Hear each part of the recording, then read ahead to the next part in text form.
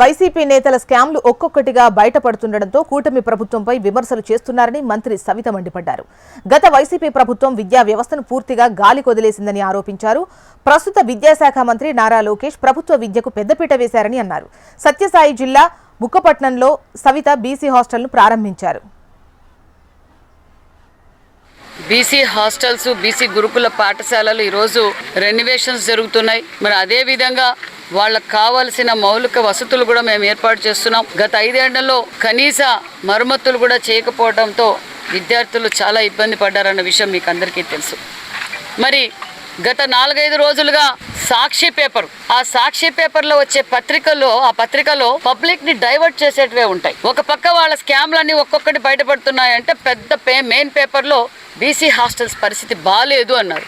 మరి గత 5 సంవత్సరాల్లో బీసీ హాస్టల్స్ ఓటేయించుకుని ముఖ్యమంత్రిగా కూర్చున్న జగన్మోహన్ రెడ్డి గారికి కనిపించలేదా? మరి మేము అధికారంలోకి వచ్చి సంవత్సరం అయింది. ఈ సంవత్సరం లోపల రాష్ట్ర వ్యాప్తంగా ఉండే బీసీ హాస్టల్స్, బీసీ గురుకుల పాఠశాలలు అనేక దానికోసం ప్రత్యేకమైన నిధులు కేటాయించాం. అంతేకాకుండా CSR ఫండ్స్ తీసుకొచ్చాం. అంతేకాకుండా MP నిధులతో కూడా కొన్ని హాస్టల్స్ రెనోవేషన్ చేశాం. మరి మినరల్ ఫండ్ తో కూడా, డిస్ట్రిక్ట్ మినరల్ ఫండ్ తో కూడా సుమారుగా ప్రతి జిల్లాలోనూ సుమారుగా 3 నుంచి 5 కోట్ల రూపాయలతో మరమ్మతులకే మేము ఈరోజు రాష్ట్ర వ్యాప్తంగా జరుగుతున్నాయి. మన జిల్లాలో కూడా ఇబ్బంది పడుతున్నారు. ఇన్వర్టర్స్ ఇచ్చాం, వంట సామాన్లు ఇచ్చాం, దుప్పట్లు ఇచ్చాం, నాణ్యతమైన కిట్ ఇచ్చాం, నాణ్యతమైన భోజనం ఇస్తున్నాం. అంతేకాకుండా మరి మేము గతంలో ఎన్నో చెప్పని కార్యక్రమాలు కూడా చేస్తున్నాం.